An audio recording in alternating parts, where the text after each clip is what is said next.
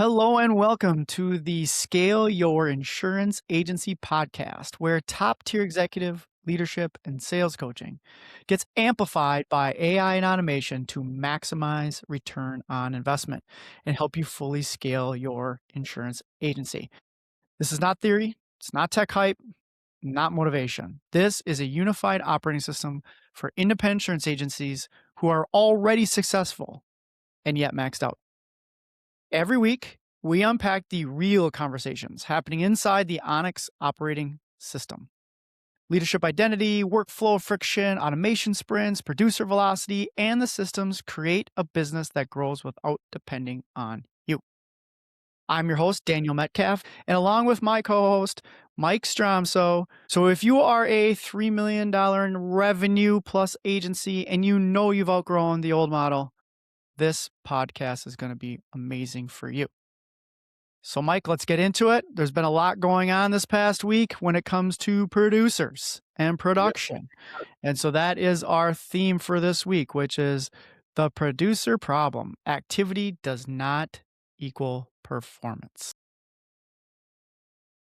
Yeah, I think that's an understatement to start it off, Daniel, in saying that it's been ultra active this week concerning producers. And when agency owners start to unpack things and really start digging as to actually what's happening, they're finding in many situations that the producers, we're going to networking events, we're doing this, but the numbers aren't there.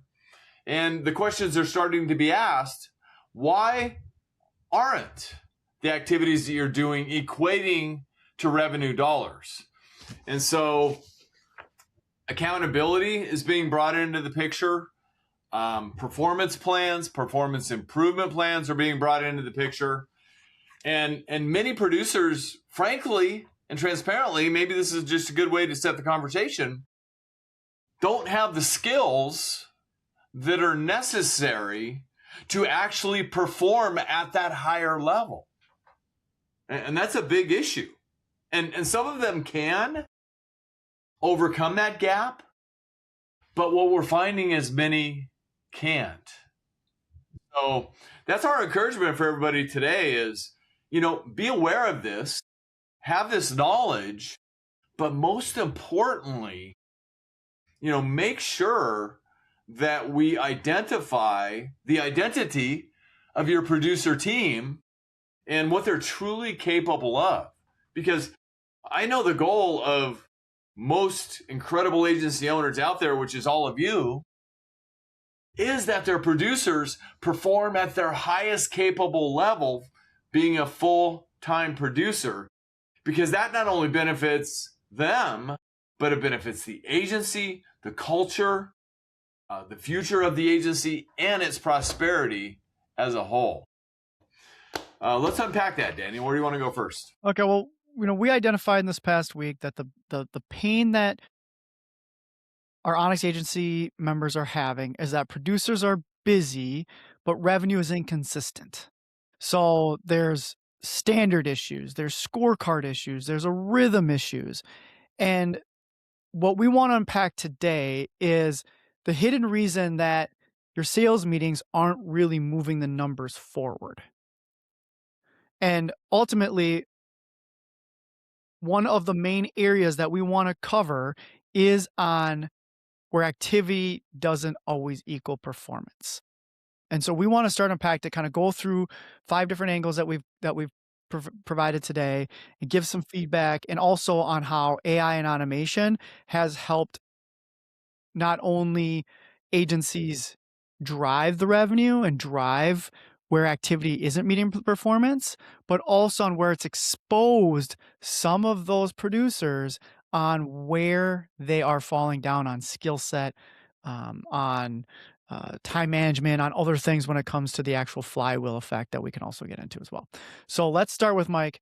Why busy producers often hide low skill selling and weak position?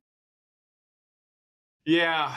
Oh, there's so much to that. We could spend the entire podcast on that, but we want to get great value to everybody that's here. It's a little uncomfortable, but it's true. and we continue to identify this, most producers say, "Oh, I'm so busy." Well, the question is, busy doing what? Right? Quoting, they shouldn't be doing that. That's where automation and technology and maybe support teammates can come into play.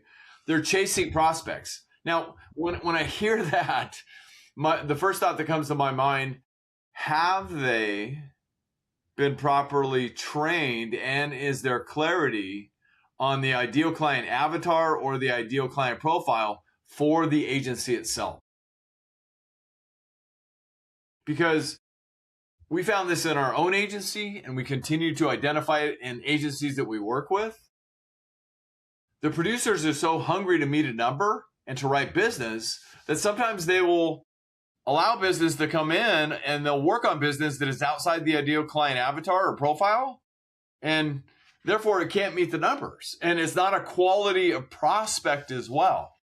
And then the companion to that is they fail to be clear on what makes the agency unique, what makes it stand out, what are things that people can't get at your agency, and they can't get anywhere else. We call them the three uniques. It's also called the points of differentiation. Okay, so the production team must be trained on that as well. They must be clear, and you must have a clear story that you tell in the engagement process with the prospect. So it becomes more of an engagement and a relationship conversation, not necessarily a transactional sale. And I think that's a big thing, Daniel, that we're seeing a lot out there, because unfortunately the industry has led to, and we've been commoditized by some of the big players out there who throw a ton of money at the TV and other advertising, transaction, and that's not what it's all about. So there's a lot more, marketing activity. Well, what is that, right? Service work. Well, hey, wait a minute. I thought you were a producer. A full-time producer is not doing service. So our encouragement for anybody we work with is, share with your producers to set up the service team at the point of sale. Critically important. And then putting out fires that they shouldn't be firefighting at all. Daniel, I could go on, but that's the short list. Sure. So where AI and automation has started to expose some of the producers is we started looking at all of the different non-relationship generating tasks, right, and revenue generating tasks that Mike already so kindly started putting out there. And we started looking at, okay, what are ways that we can use artificial intelligence and automation to eliminate any, or obviously delegating or removing work even to a human as well on any of those areas. And what it started to identify was a couple of things, because now a machine can do a lot of that work for them.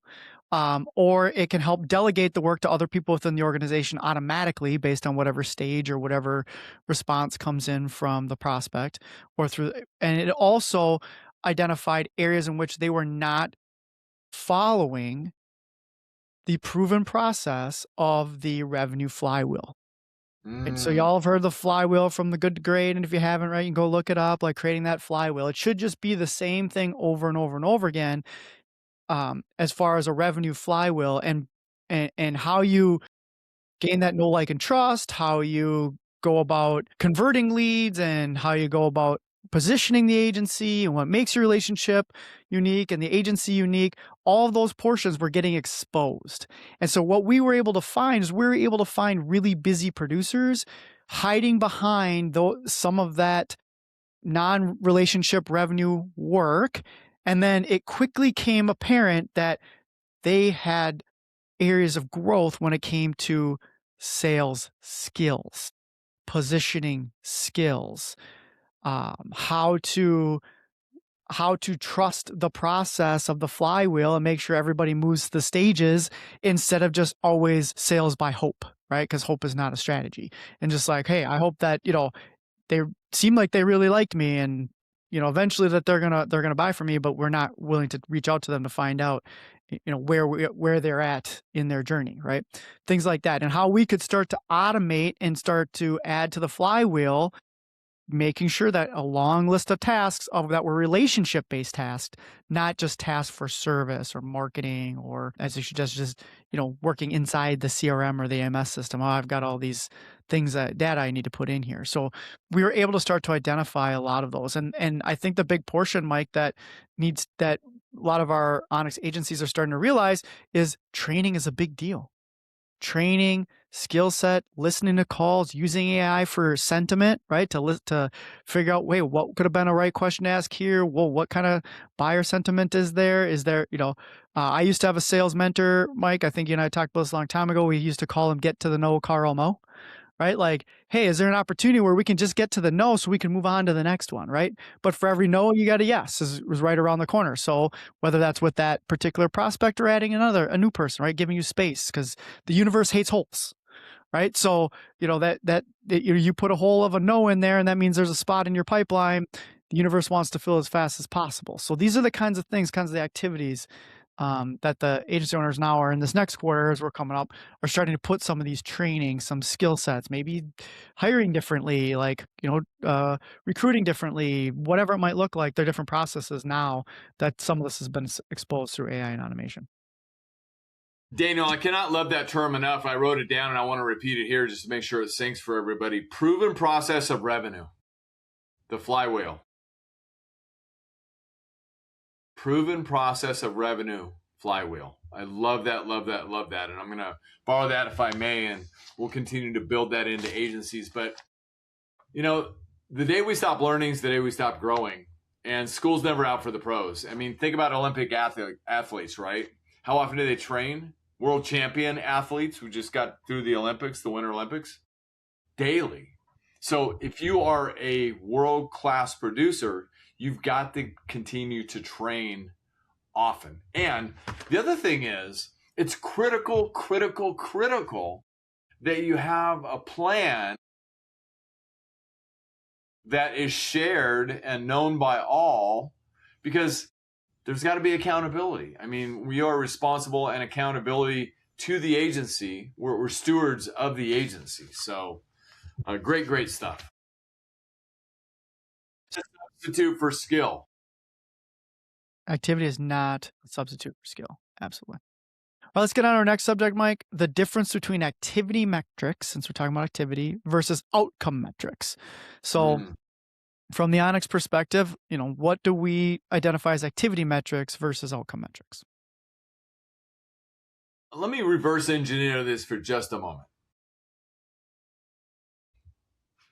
Is results. And ultimately, at the end of the day, it's about the results. I mean, we can be do. That doesn't mean, again, like we said in the beginning, it's producing the results. Number of calls made. That's great. Were you skillful in converting any of those either to the next appointment, to the next step, or to the close? And depending on your ideal client avatar and profile, it may involve many steps, right? So, and I hear this so much, Daniel. I sent a text or I sent an email, so alluding to that's good enough. Well, did it get the desired outcome? No, so it's not good enough, right? So it's got to be a combination of everything. I booked X number of meetings. That's great. What kind of intentionality is built into those meetings? And I was standing in a personal situation. I'm privileged to teach kids as well on the weekend. And I remember one of the directors of, a group of kids that I teach was talking about a presentation where she was escorting one of her kids. They were interviewing colleges because her child's going to be at college next year. And she goes, we went to a couple of presentations and the presentations were night and day. I mean, this one college, they were prepared. They told us everything we wanted to know, answered all our questions. And the other one, they were so unprepared. I couldn't believe it, right?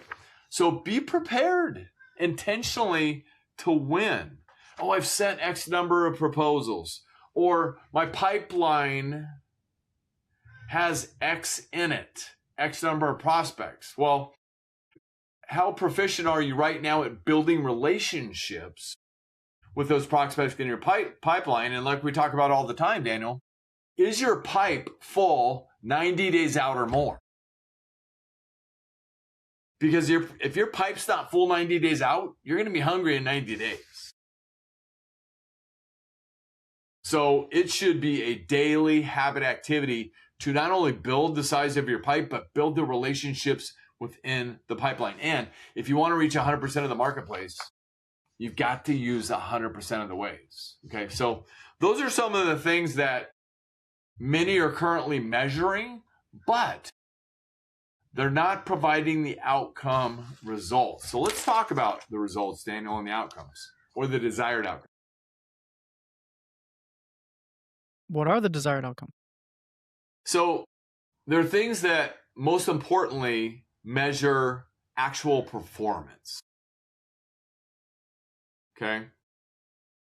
Policies closed, new accounts closed, new relationships opened, and they are following the path of progression to close. There's a deadline for a desired outcome date. Actual revenue generated. Those are the kinds of conversations that you should be having. What is your close ratio? Or we talk about internally bind hit ratio. We've got automation and everything that helps with that. So you know what it is. You don't have to search for it. You know what it is. Okay, it's at X,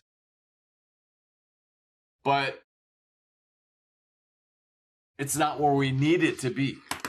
Okay, so we work on that kind of stuff. Average account size. That's really back to ideal client avatar. And more importantly than that, our old friend disqualification. I learned that so many years ago. The art of disqualification is key to high performance and revenue generation outcomes that many agencies are looking for. Revenue per producer, revenue per account, retention on the book. See, it's so simple. Open new relationships and close new relationships and continue existing relationships. And it's not every agency where the producers are involved in continuing those relationships, but it's obviously vitally important to the agency. So it's the outcome metrics that really let you know if something is working or not. And thanks to you, Daniel, and your team, who puts it up right in front of us for all to see. And so we know through the automation and technology. Great stuff. Yeah, and AI, where we've been able to start helping some agency owners who have multiple producers and also have um, other employees throughout the organization who also have licenses to help produce revenue, and have those conversations where trying to build dashboards, trying to be able to identify the sales analytics, try to and do that all on their own through the tools that they already have. They don't have time to really be the analysts, right? So the tools can help them collect the data, put the data out there, start to build the dashboard so you can see them. But if you want to be able to analyze the data, that's where we're using these custom GPTs. That's where we're using artificial intelligence and having it then analyze the data along with some anonymized call transcripts, other things that can go along with it with that particular producer and their numbers and help us analyze more quickly on areas that we need to grow on. Hey, looks like producer A is having a lot of open relationships. They're not closing the same amount of relationships as producer B. And with that, we've noticed that in many instances that they are not asking all the necessary questions when it comes to what they need in order to generate a great sales proposal to be able to present to the client. So then there's a lot of back and forth going on from that standpoint. Or when they're getting this particular objection, they're stalling on that objection. If we could start working on this and this would allow over the next quarter, this would allow us to measure if their conversion rate from relationships open to relationships closed can change, right? If it's like, this one seems to be closing a lot of relationships, but has a very smaller, if you will, um, lifetime value or total policy value, whatever metric you're looking for, to say, hey, what's going on here? You're converting a lot, but what are we converting a lot of? Is there something that we can look at differently? Let's look at the transcripts. Are they actually asking for referrals? Are they asking for upsells? Are they asking, are they fully rounding out the accounts? Like, we can start doing a lot of that, but until we get that outcome-based metric first, right? Then we can start backing into and not having to dive so deep into the numbers ourselves. We can let this tool that can do it in a matter of seconds help us become data analysts at the same time. And so that is another place that we're able to expose. And again, expose for the positive, right? It doesn't always have to mean for the negative. Exposing that, hey, someone's doing a really great job as a producer, but they could be a triple the amount of results that they're doing with a couple of different tweaks. Hey, they're ready to take on more. Maybe we should be looking at other types of strategies to throughput. That the major pieces that artificial intelligence and automation have been able to do since 2022 is help drive throughput and conversion rate. That is the two numbers specifically, and the two key performance indicators, if you will, where artificial intelligence can really move the needle. Throughput, meaning any type of that throughput, whether it's more relationships built, more people to talk to, new niches to add, more quotes done per minute, per hour, whatever that might look like, more sales proposals per week, whatever that might, they can increase the velocity of that throughput, as well as on the conversion rate side. And most of it is based on what is the training and skills that we need to update with inside the producer who is maintaining that relationship to help them with their conversion rate of those relationships, whether it's different ICPs, eliminating, ICPs, changing ICP, whatever that might be, all the way down to just some closing skills or some question asking skills, whatever that might look like in order to try that. So that's where we're looking from an outcome metric standpoint when it comes to AI and automation as well. So that leads into the KPIs, Mike, right? So there are 5 producer KPIs. Before we jump into that, let me add one thing, because sure. You just unpacked so much, and I want to make sure everybody has clarity. And sometimes the ICP, the ideal client profile, you might set it. Let's say we set an ideal client profile at the beginning of last year, right? But the marketplace consistently changes and updates. You can't be satisfied that it's always good enough. So I want to make sure that everybody understands how important the automation and technology piece is, and that you learn to work with it consistently so it can let you know, hey, something has changed. We need to update. And you have to be open to the agility piece. I can't emphasize that enough. So thank you, Daniel, for saying that, because we need to make sure the human side of it, when technology does the work of machines, people finally get to do the work of humans. We got to make sure the human side of it is aware that, hey, we need to shift. Let's dive into KPIs, Daniel. Sure. So what are the 5 producer KPIs that help predict revenue and the 2 that don't? The first one that predicts revenue is new, and I'm going to say it, slow down when I say this, new qualified opportunities. Not disqualified, new qualified opportunities, not leads. These are people who fit within our ideal client avatar that we know that we can help. They just don't know yet that they need our help, right? So that's number 1. Number 2, first appointments. Discovery meetings is what we call them, okay? This is where you really begin to effectively create your pipeline, okay? So that discovery session, you've got to be prepared for it. You've got to make sure you ask the right question, because as we talk about, the question is the answer, to make sure that we confirm that they're either qualified or they're not. Next, proposals presented. If they're qualified and we move them along the pipeline and it's decided, yeah, we want to see what you have to offer, we want to evaluate how you might be able to help us, then yes, you want to track how many you're presenting and then how many you're actually closing. Because through the automation and technology partner, which is partnering with the humans, we're able to look at there were X number of proposals presented and we closed X. We're like, ooh, that really feels and seems low. What's going on? Well, that's an opportunity to improve in another area, right?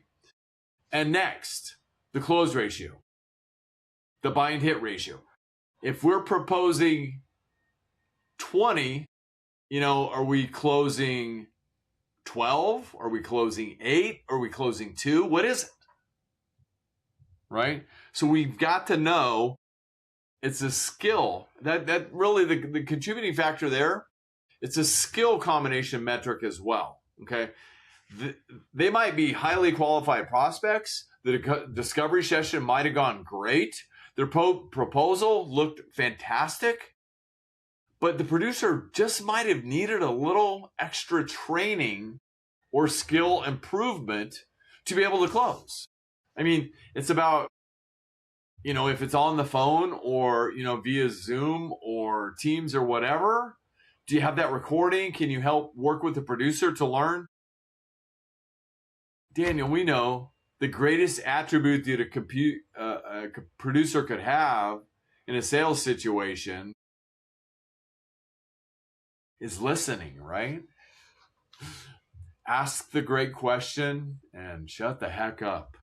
And the last one is the average account size.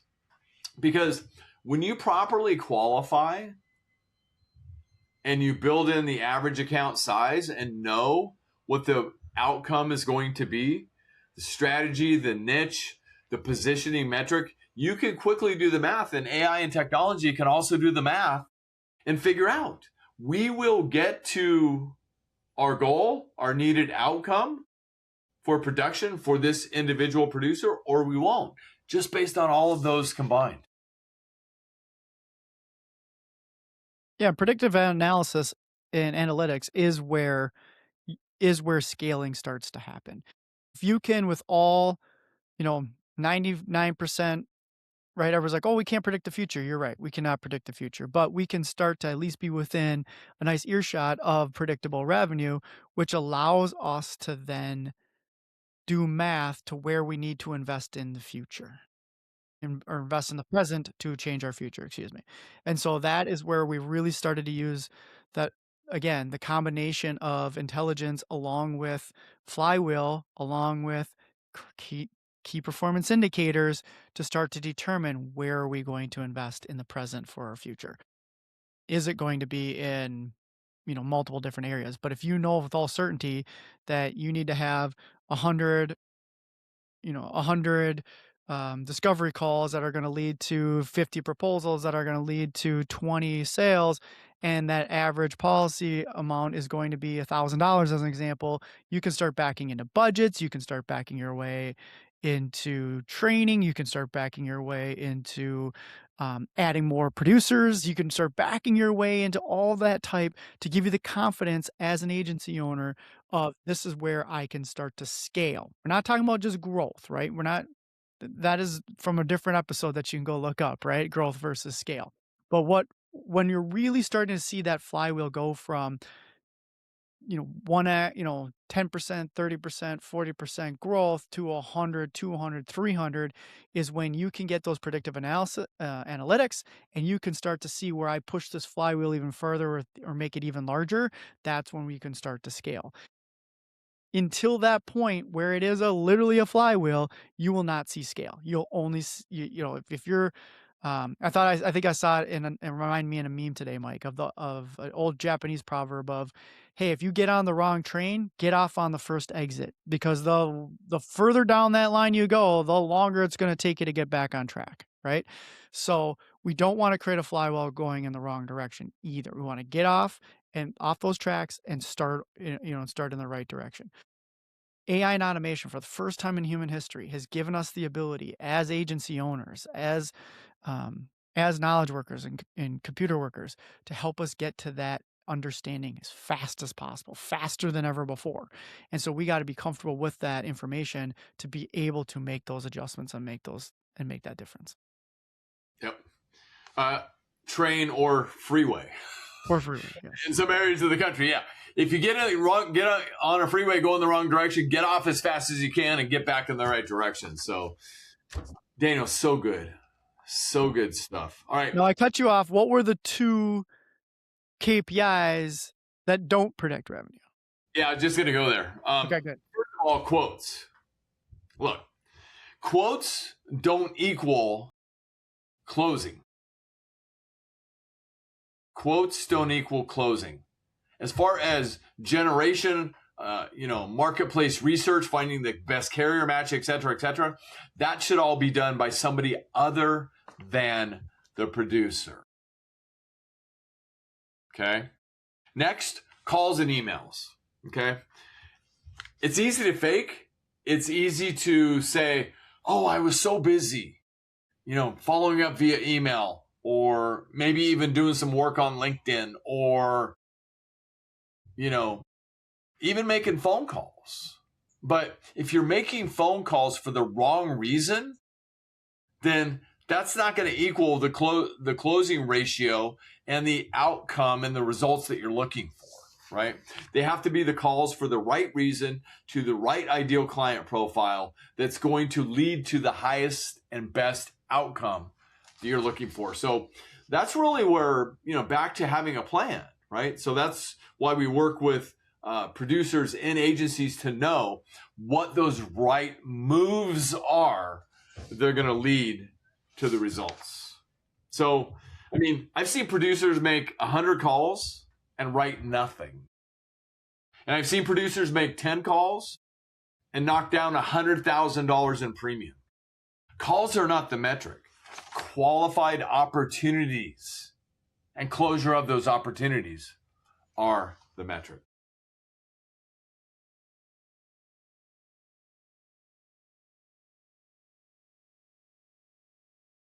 I just want to let that sink in, because here's the deal. We've seen plenty of technology out there today that can automatically make phone calls and automatically send emails based on people putting in information into your website form and a quote that gets attached along with it.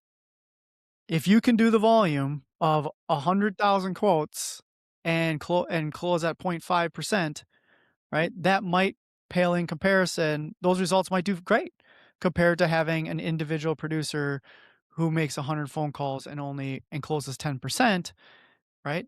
But are you willing to make the investment and to take the risk of doing that volume of calls using an AI tool versus using an AI assistant to help make the best calls, the best emails that drive the outcomes, which are the relationship openings, the relationship proposals, right? The KPIs we talked about before. And so that is what you want to start to focus on as an independent agency, insurance agency, is how can we make each move as effective as possible towards our goals? And that's where using an AI assistant is better than just using AI volume. What we call doing a lot more with a little bit more rather than doing the same with less. And that's the difference between a growing agency and a scaling agency when working with the Onyx operating system. So beyond that, Mike, the next one is the sales meeting resets, from story time to coaching plus commitments. Let's talk a little bit about the difference of just activity with the sales meeting versus performance of the sales meeting. And Daniel, I want to go back to something you just said, which was so good. That future agency that we're working towards, we've got to start operating in the present like that future agency, because that goal of the future agency is the filter for everything that we do. It's the filter for everything that we do. So vitally important. Story time to coaching. And commitments. Commitment is the thing that you said you were going to do long after the mood you set it in has passed. This is huge. This is huge. Who loves another meeting, huh? Do meeting equal dollars in the bank account, Daniel? Generally not, right? Okay.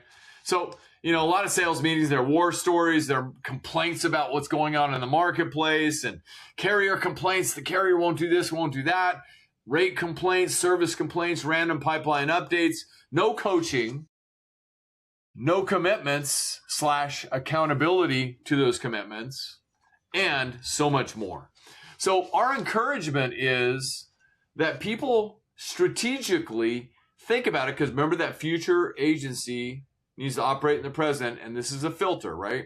So filter your meeting agenda before the meeting happens. Strategically think about what you need in that meeting, and then get those things on the agenda. Get right to the agenda. It's a business meeting. It's not song and dance time. It's a business meeting. We're going to get right to it. We're going to go through the things we need to talk about. We'll help you and support you and learn how we can train you, coach you, whatever it is. But after that, we're done. Let's get on to it. And then we will recap and do the accountability. That's why, like we said earlier, it's critically important that you have a documented plan for each producer. And we help with that, right? So that they know what the plan is, right? I mean, things that should be included, Daniel, a scorecard, right? And that's where our automation and technology team, through the power of AI, help with that in such a big way. So we know, right? Yeah, and let's get clear on the wins. Let's go over the wins for the week. Not the losses and complaints, the wins. And we're building that into our coaching cycles as well. Next, review the pipeline. Is the pipeline full enough? Like we said, if your pipeline's not full 90 days out, you're going to be hungry in 90 days. Deals. Where are you stuck? Gone through the discovery. We've gone to the second and the third session, but we seem to be stuck. We can't seem to convert. That's where the coaching comes into play. The level coaching within the agency. And that's why we're so privileged to have our sales coaching arm in Onyx to help them work through those deals to make sure that we get to closure so they will win, so the agency will win. Skill development, it's recommended highly that there be an ongoing progression of skill development, especially in today's world. Dana, we've done the research. We've talked about this in our own collaboration, the Reagan report from last year, right? What is the number of actual commission dollars that are much higher in an agency that is implementing and using technology for their production team versus those that aren't? I mean, it's a big gap. Remember that, Daniel? It is. Big gap. So that's where the skill development. And then what are the commitments for the next week? Public proclamation of the commitments for the next week. Okay. And then the accountability from last week. Those are some examples of things that you can do starting right now, starting today, starting right here to reset your agenda for your sales and production team.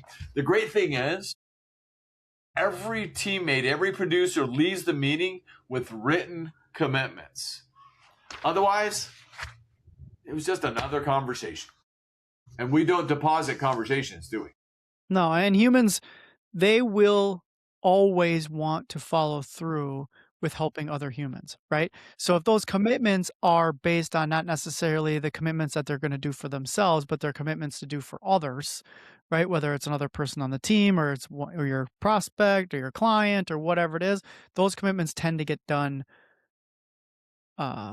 more often and most often, right? So you're going to want to make sure to monitor those commitments to make sure that they are for somebody else, right? When that salesperson, producer makes that commitment, as well as we also want to look for, while we're having these conversations, in these sales meetings, is we want to look at body language. We want to see that that the meeting is here to support their future efforts, not as just a place for them to record what happened the week before, month before, how often, or the day before, how often you do your sales meetings.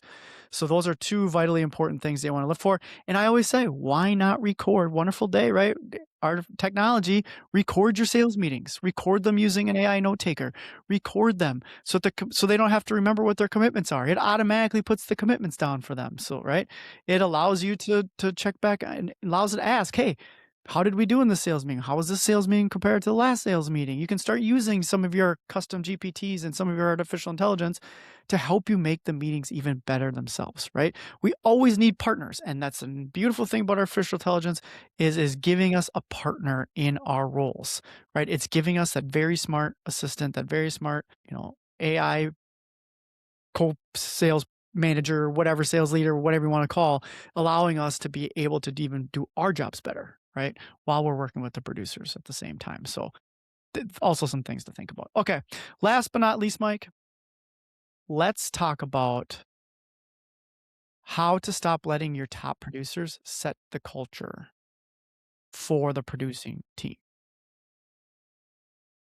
Daniel, they're bringing in so much revenue.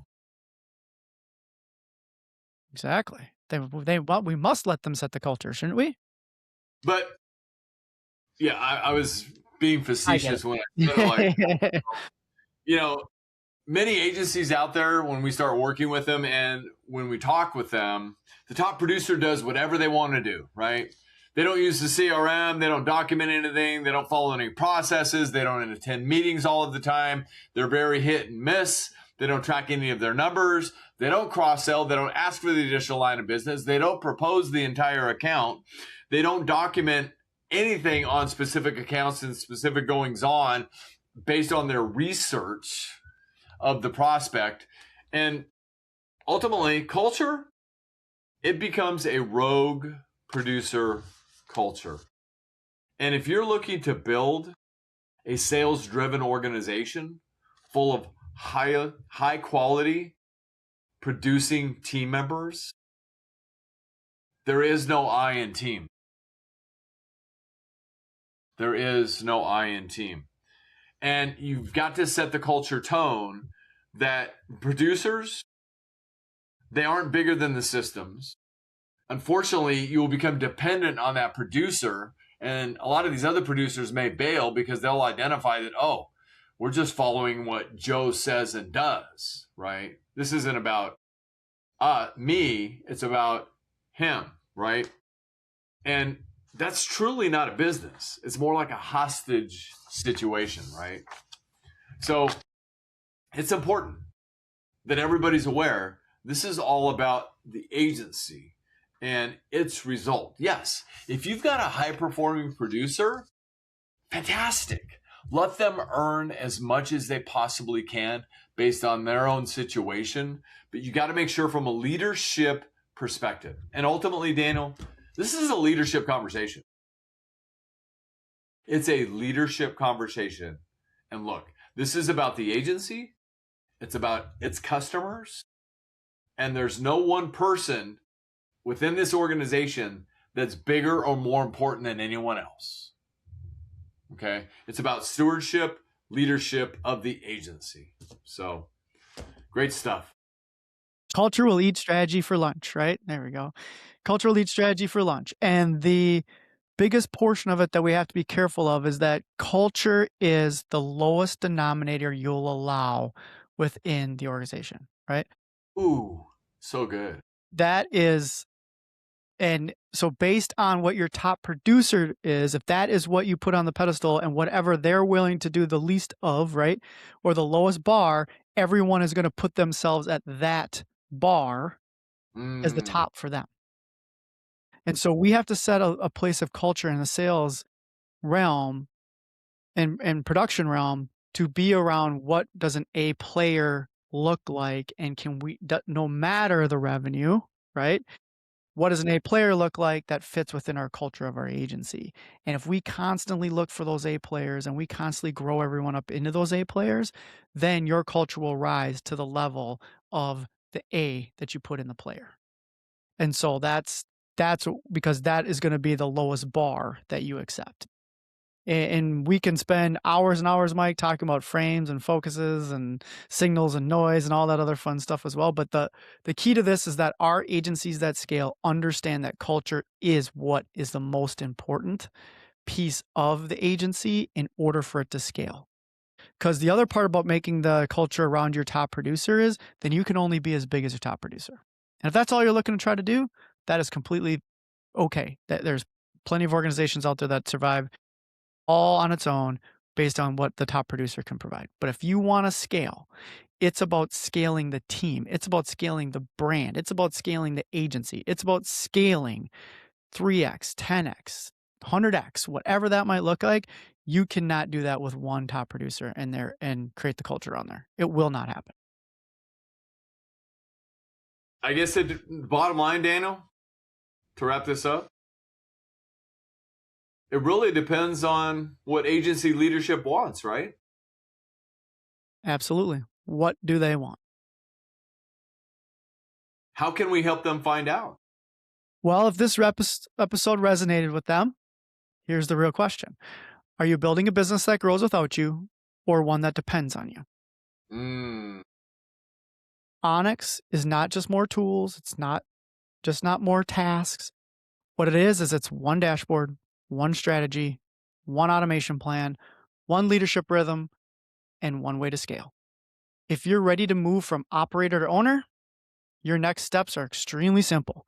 If you look in the show notes, we give you 2 opportunities to be able to learn more about how to scale your agency. One, we do a masterclass ever so often that you can come to and see what Onyx is all about and what we are teaching and what we are taking to the next level in order to scale agencies. Or else you can have your own one-on-one private session with Mike and myself to discuss how your agency looks on its way to scale and what we could do to help you get to where you want to go. So with that, Mike, it's been a fantastic time with you. You've had some really great golden nuggets, even for myself. I really appreciate you taking the time today to share all of this with the audience, and I look forward to seeing you next time. Yeah, lots of gold nuggets, Daniel. I'm going to drop this one at the end. Proven process of revenue flywheel. Game on, everybody. Go make your own and make sure that it's generating what it needs to generate beyond, Daniel. Great job. So good. Thank you. You too. Thanks, Mike.